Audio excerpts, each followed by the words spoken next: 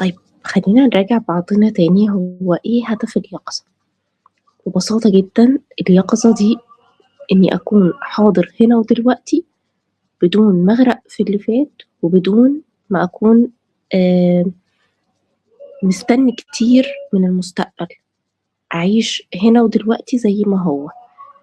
لمّا كنت في تدريب الsilent retreat ممارسة اليقظة بس كان بشكل مكثّف مع راندي، آمم كان بيقول لمّا حد كان بيسأله الساعة كام، كان بيقول له it's now.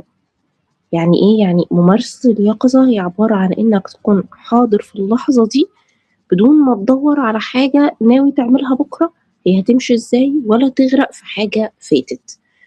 ببساطة جدًا طب ليه إحنا شغالين كل أسبوع في ممارسة اليقظة أصلًا من العلاج الجدلي السلوكي، إحنا كل session بندخلها لازم يكون في تمرين يقظة على الأقل خالص 4 دقايق في أول الsession. ولمّا الدنيا بتتطور معانا أكتر في الsessions الفردي، بنطوّل التمارين لربع ساعة وأوقات 20 دقيقة. طيب ليه؟ علشان اليقظة لقوها إن هي مرتبطة بوصلات عصبية معيّنة في الدماغ، الشكل ده من التدريبات بتبدأ تبني وصلات عصبية جديدة بالراحة كده وعلى الهادي تساعدنا في التفكير. وفي نفس الوقت بتعمل regulation للمشاعر، بتنظّم لنا المشاعر بتاعتنا مرّة كمان. فعلشان كده ممارسة اليقظة كل مرّة على هدف صغير بتبني كل مرّة وصلات عصبية جديدة جوّه عقلنا. وساطة عصبية بتحارب دماغنا اللي ما بتفصلش تفكير، بتحارب الإحساس الجسدي بتاع ضربات القلب السريعة، إحساس إن أنا طول الوقت مستني كارثة، وده بيبقى مرتبط بالقلق من المستقبل. القلق هي مش مجرد بس فكرة، هي كمان مشاعر بتفضل متخزنة وشغالة جوه جسمنا طول الوقت ومكملة، ودي اللي بتضايقنا وبنبدأ ندوّر يا إن إحنا نتعالج منها ونخلص منها، يا إمّةً هي أصلًا بتشوّه اليوم بتاعي، بتخلّيني أعيّش اليوم من غير طعم. فعلشان كده بنحاول إن إحنا نفهم ونخلّي عقلنا يmanage اللحظات التقيلة دي ويربّي جوّاه وصلات عصبية جديدة تساعدنا إنه دماغنا ما تسرحش مننا. فواحدة واحدة كده. تمرين اليقظة بتاع النهارده هو هيساعدني إني أستعمل الخيال بتاعي في حاجة مفيدة، تساعدني بدل ما أنا أفضل غرقان في السيناريوهات المستقبلية. هنقعد في أكتر وضعية مريحة، هنعمل تمرين 4 دقايق، وبعد كده هنشوف الدنيا مشيت معانا إزاي.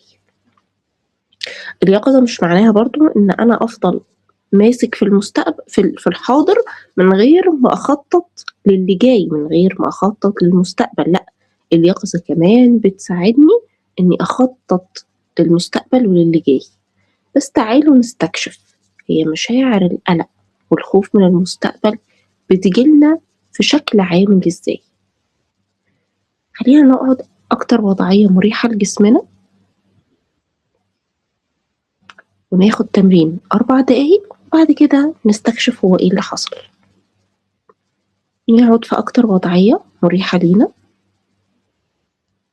لو حابب أغمض عيني تمام، لو حابب أثبت عيني على نقطة قدامي تمام.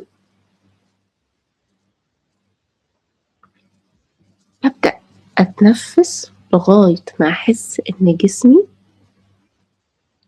connected معايا، حاسس بيه.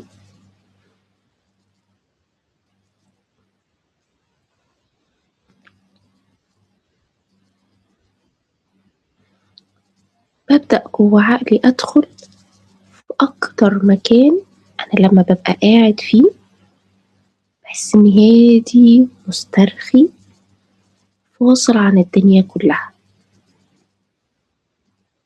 ممكن المكان ده يكون بحر، مكان لطيف رُحته كنت قاعد فيه وجسمي فاصل.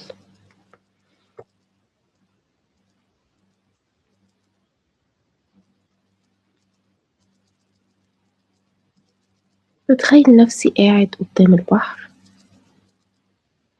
رجلي مغروسة في الرملة، شامم ريحة اليود في كل حتة حواليا،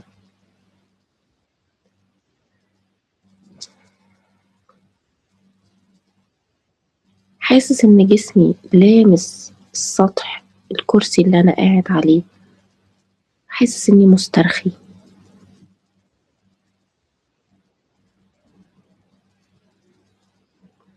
قادر أحس بنسيم الهوا هادي في كل حتة حواليا.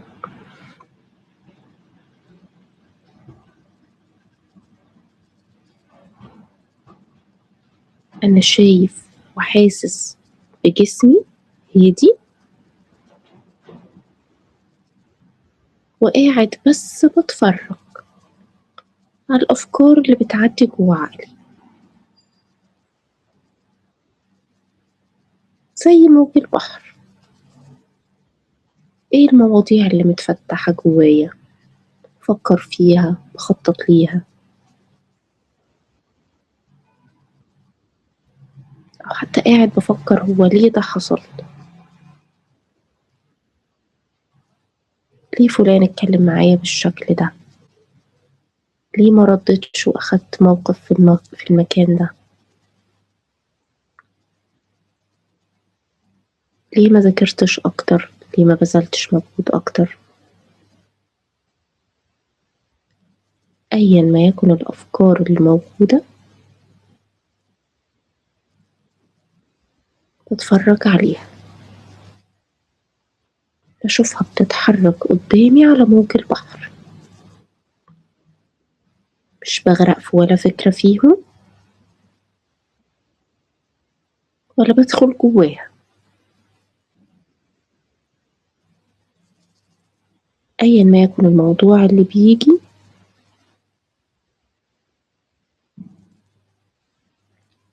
أنا قاعد وهادي ومسترخي وبس بتفرج.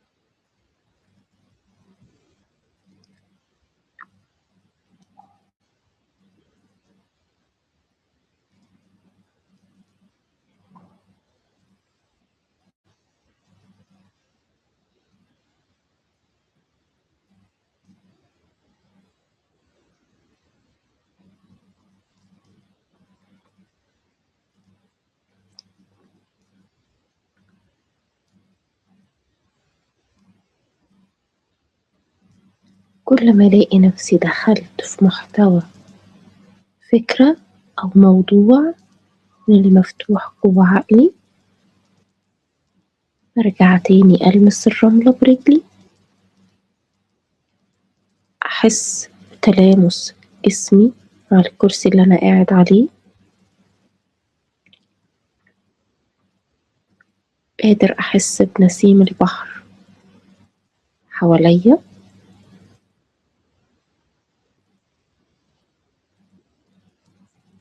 وبس بتفرج على اللي بيعدي جوا عقلي.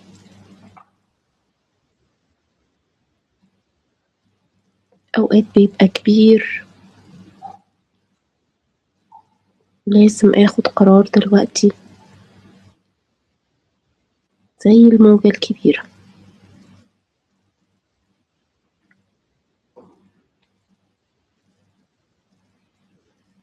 أوقات بتبقى مواضيع هادية بتيجي وبتمشي،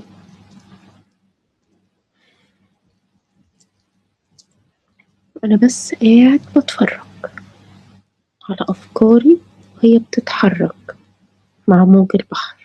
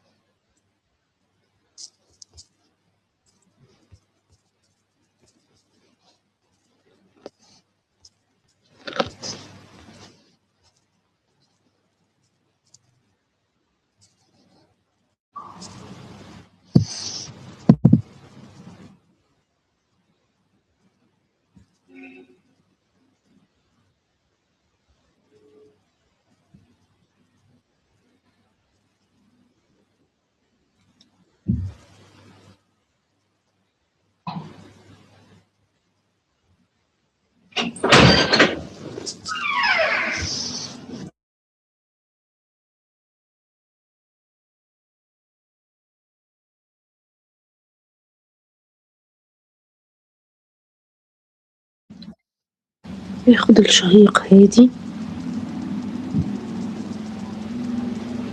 باحس بوضعية جسمي وهي مرتاحة، تتنفس، مسترخية، رجليا لامسة الرملة،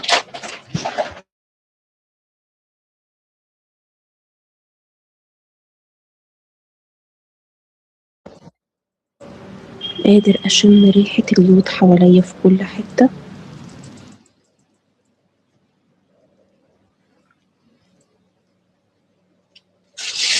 قادر أحس بجسمي هو connected مع الكرسي اللي أنا قاعد عليه وهادي.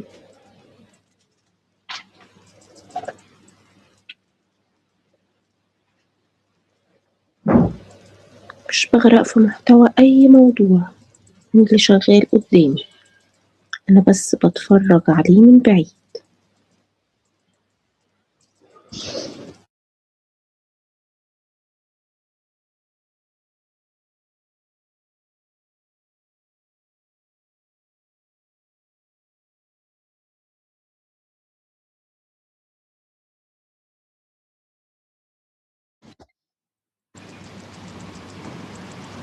بتنفس بشكل هادي،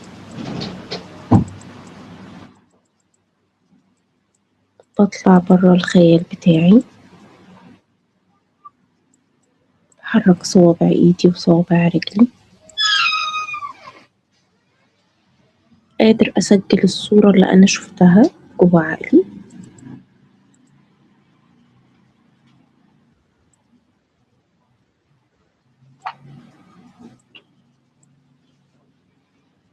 برجع بوعيي للغرفة أو المكان اللي أنا قاعد فيه،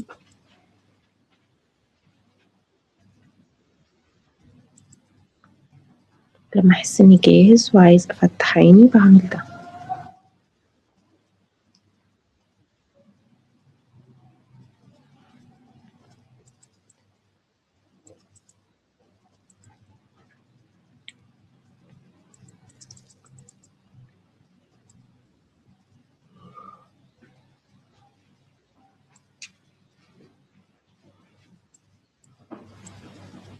صباح الخير.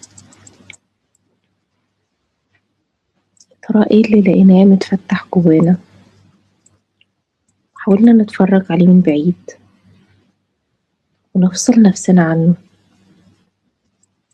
ولا معرفناش أو حاولنا ومعرفناش برضو خالص. تعالوا نشوف، احنا كده وقفنا التسجيل بس بنفهم مع بعض ايه اللي شفناه. طيب اوكي، طب علشان بس الدنيا برضو ما نكونش متوقعين ان احنا هنمشي كده زي الهبل كده من غير خطط ومن غير سيناريوهات. طب ازاي؟ ما انا لازم اقعد واخطط للموضوع اللي مفتوح جوه عقلي ده. فخلينا نعتمد ان يكون معانا نوت، على الاقل لما بنفضي دماغنا وبنكتب بيبقى متحافظ على الحركة المعرفية اللي عقلي اشتغل فيها، القرارات اللي أنا وصلت لها، همشي الموضوع ده ازاي، السيناريو هيكون فيه ايه، وبنكتب.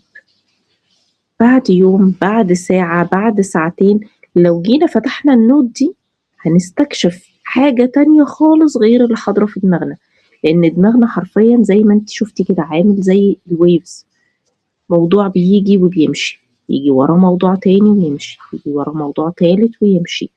فحتى لو في حاجة urgent وأنا عايز أتعامل معاها، فأنا محتاج يكون معايا نوت أكتب فيها كل اللي عقلي وصل له، أنا همشي السيناريو ده ازاي، هعمل ايه في الموقف ده، هتكلم ازاي، هرد ازاي، هقول ايه، وأقفل النوت عشان أسمح لعقلي إنه يمشي الموضوع ده ويجيب حاجة تانية، أو على الأقل يستكفي الواقع ويستمتع بيه.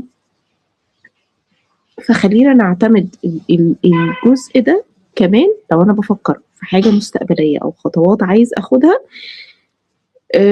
ومحتاجة أفكر في الموضوع، ما أنا لازم أفكر وأخطط، هفكر وأخطط، بس هعمل ده كتابيا عشان أسمح لعقلي إنه يتحرر من إن هو يفضل يفكر طول الوقت في نفس الموضوع. واللي أصلا حتى الأفكار اللي العقل بيفكرها هي بتتسمى اوتوماتيك ثوتس، يعني بتيجي وبتمشي، وبيجي وراها موضوع تاني وبيمشي، بيجي وراها موضوع تالت.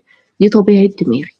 عشان أسمح لحركة التفكير إنها تبدأ تاخد وقتها، ده لو حاجة فعلا مهمة وأنا محتاجة أخد فيها قرارات، وبفكر نفسي أنا محتاجة أعمل 1 و2 و3، هاخد نوت معايا وهكتب فيها كل ده وأقفل النوت.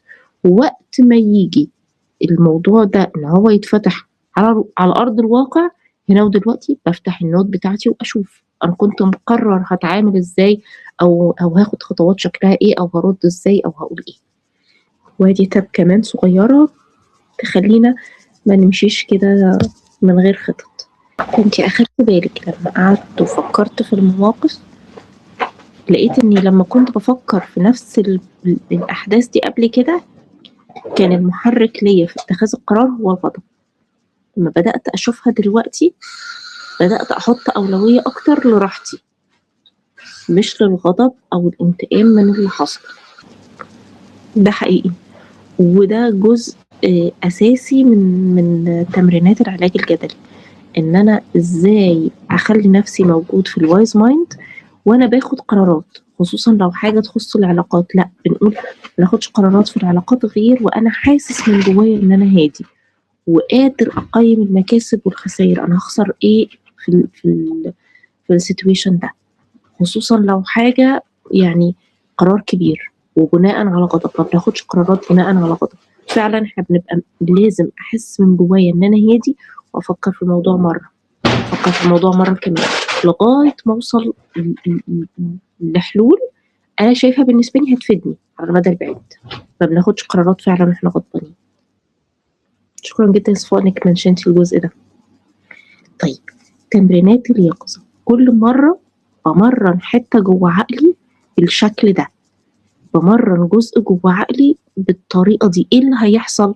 هبقى حاسس كده ان في ما بيني وما بين الاحداث اللي حاصله في الدنيا سبيس، انا عارف اتنفس، انا عارف افصل نفسي عنها، مش بتعامل مع كل حاجه بتمر جوه عقلي على ان هي حقيقه، لان انا هكتشف اصلا انها متغيره من موقف للتاني، من وقت للتاني. وقت ما انا غضبان بفكر بطريقه، وقاعد بحكم على الحياه وعلى الناس وعلى الاحداث وعلى نفسي بطريقه، وانا هادي انا ببقى شايف الموضوع بطريقه تانية.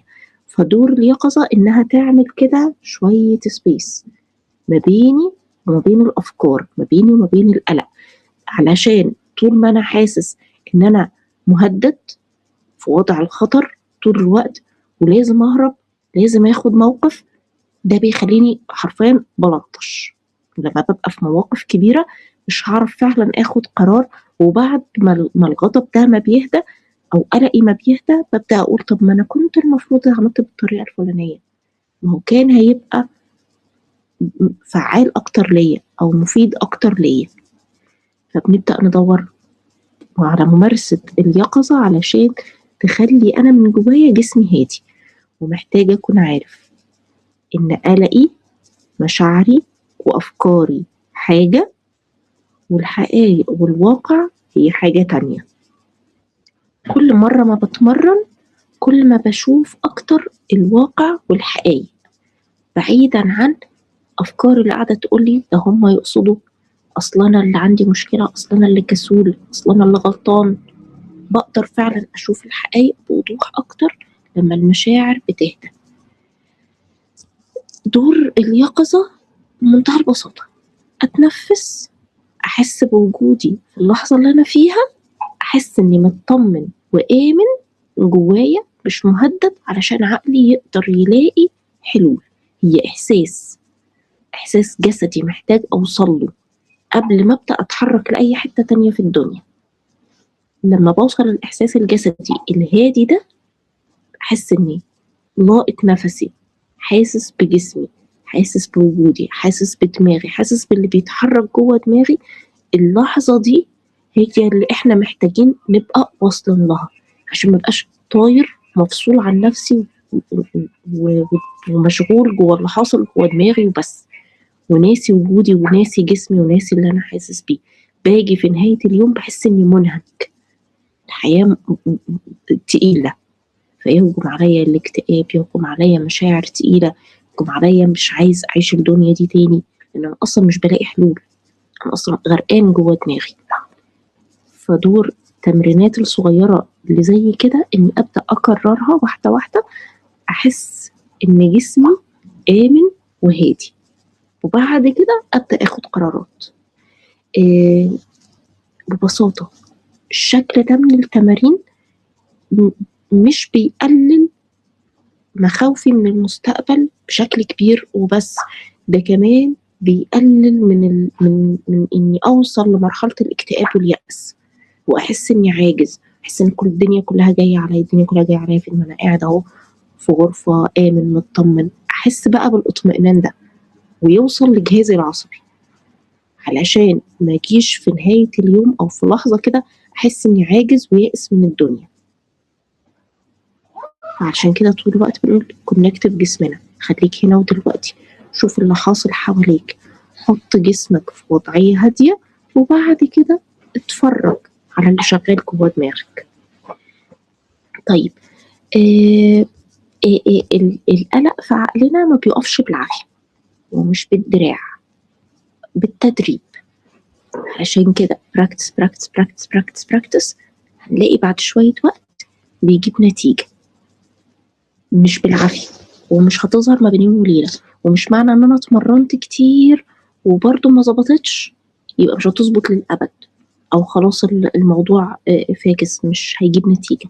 لأ، هو ببساطة بيبقى محتاج صبر وملاحظة أكتر لنفسنا علشان أقدر ألاقي نتيجة. نفترض إن إحنا بدأنا دايت، فمش من أول شهر اشتراك جيم الدنيا هتظبط، ولا من أول شهر ضبطت أكلي جسمي هيظبط في الفورمة اللي أنا عايزها بالضبط.